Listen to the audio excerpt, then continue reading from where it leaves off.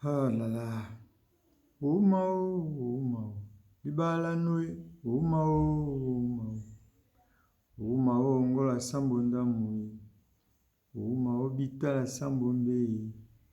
Oumao, oumao. Libala nui. Oumao, oumao. Oumao, ngola sambonda mui. Oumao, bitala sambombe. Ewawa helamba iloi. Mano wawa helamba iloi. Oumao, balanui, oumao. C'est comme ça que nos ancêtres faisaient. C'était la bonne manière de faire les histoires par nos ancêtres. Avant de commencer quelque chose, nos sages, surtout pendant les palabres, j'ai grandi là-bas. En tout cas, j'ai eu la chance de connaître toutes ces choses-là.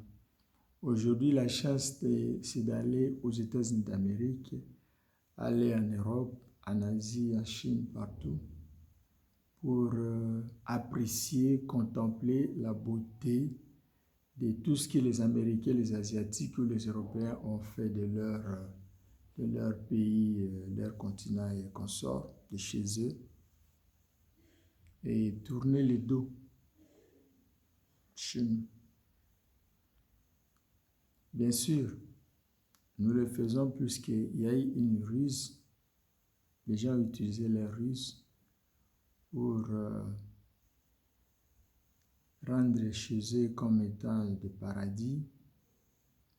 Mais chez nous, que nous restions dans l'éternelle forêt dense, vivre comme des singes, et que chez eux, nous soyons traités effectivement comme des singes à ce siècle, XXIe siècle.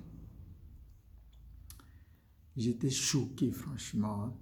Lorsqu'un jour, j'étais en train de regarder à une vidéo et j'ai vu qu'il y avait nos joueurs à nous, des Africains qui sont allés jouer en Europe.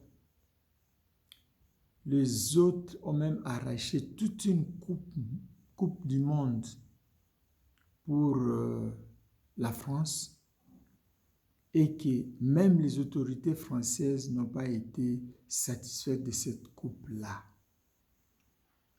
Mais pour moi, l'histoire s'est juste répétée, non? Pour que aujourd'hui, pour que l'Europe puisse être en paix. Nous avons eu des tirailleurs, communément on l'appelle tirailleurs sénégalais.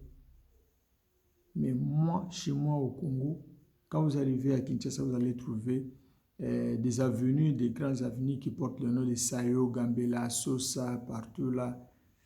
C'est quoi? Birmanie, tout ça. Ce sont des victoires que nous avions rapportées. Ça et là, en Éthiopie, partout. Et nous avons, toutes ces batailles-là, nous les avons livrées. Ce n'était pas au nom de l'armée congolaise. Nous sommes allés travailler au service de l'armée belge. Nous sommes battus pour la paix des Belges. Et aujourd'hui, ils sont ce qu'ils sont. Ils se moquent de nous. Nos frères sénégalais se sont battus pour la France.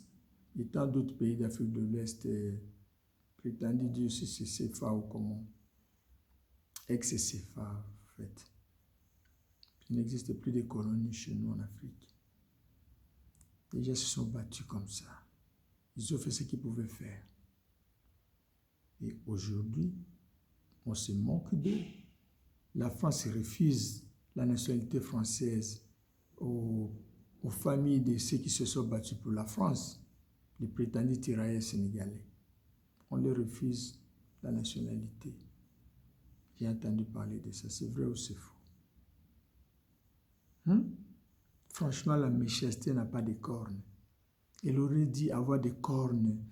Donc, à travers tout ce que nous sommes en train de voir en Occident vis-à-vis des Africains, ça date des années et ça ne change pas. Je regarde à ce qui s'est passé, des choses qui sont faites chez nous.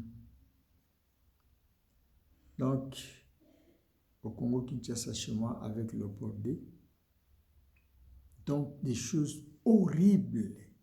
Premier génocide, je peux dire. Je peux prétendre dire le deuxième, que sais-je encore.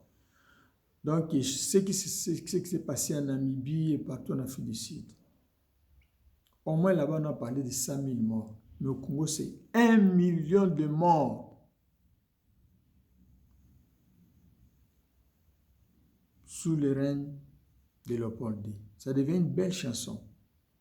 C'est vraiment quelque chose, tout le monde reste là pour dire vraiment, ce n'était pas bon, les enfants belges ne sont pas contents de ce qui s'est passé. On publie des vidéos. Véritablement à culpa, même Maxime à culpa. Donc, ils sont en train de faire tous ces scénarios-là, mais ça aboutit à quoi? Qu'est-ce que la Belgique qui fait de concret à titre de compensation contre tout ce qui s'est passé là? Mais moi, je ne peux pas prétendre être sérieux.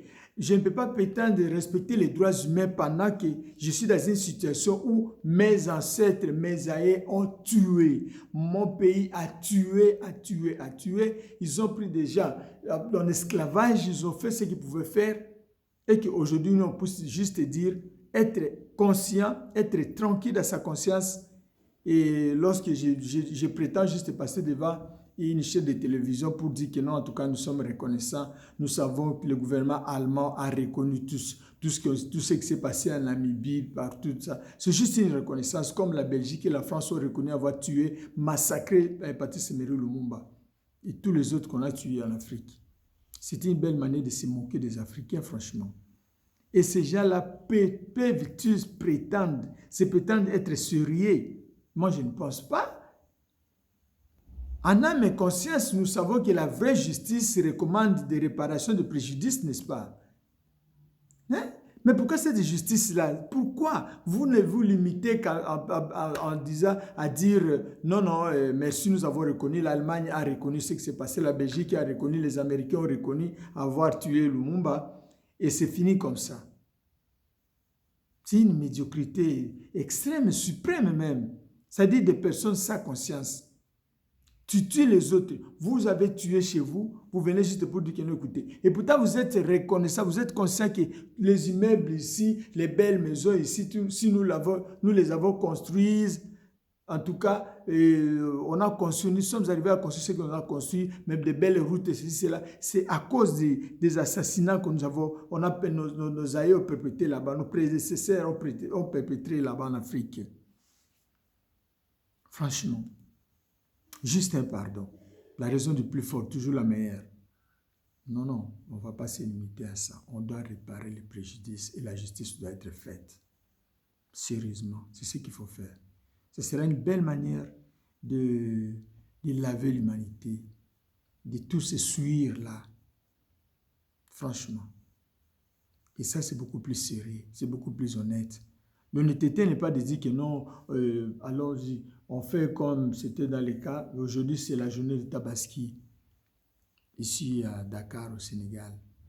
C'est une grande fête pour les musulmans, où ils ont égorgé les moutons, le mouton à sacrifice. La Bible nous a parlé de ça aussi.